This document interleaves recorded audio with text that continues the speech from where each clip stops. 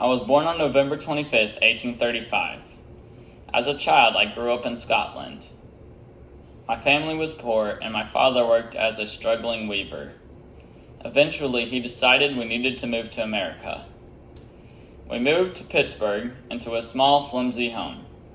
In Pittsburgh, I worked as a bobbin boy in a textile factory to help provide for my family.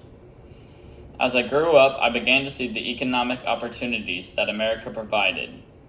I especially saw promise in the railroad industry, which led me to create the company Carnegie Steel, where we created steel, which was what railroads were made out of.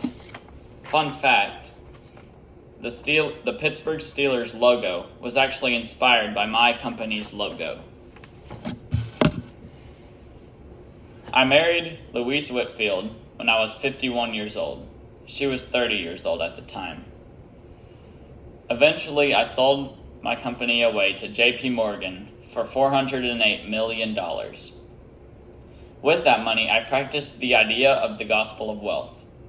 The gospel of wealth basically says that you use the first 2/3 of your life to gain as much money as you can, and then in the last third of your life, you give all that money away. I gave my money away through the funding of the construction of libraries across America.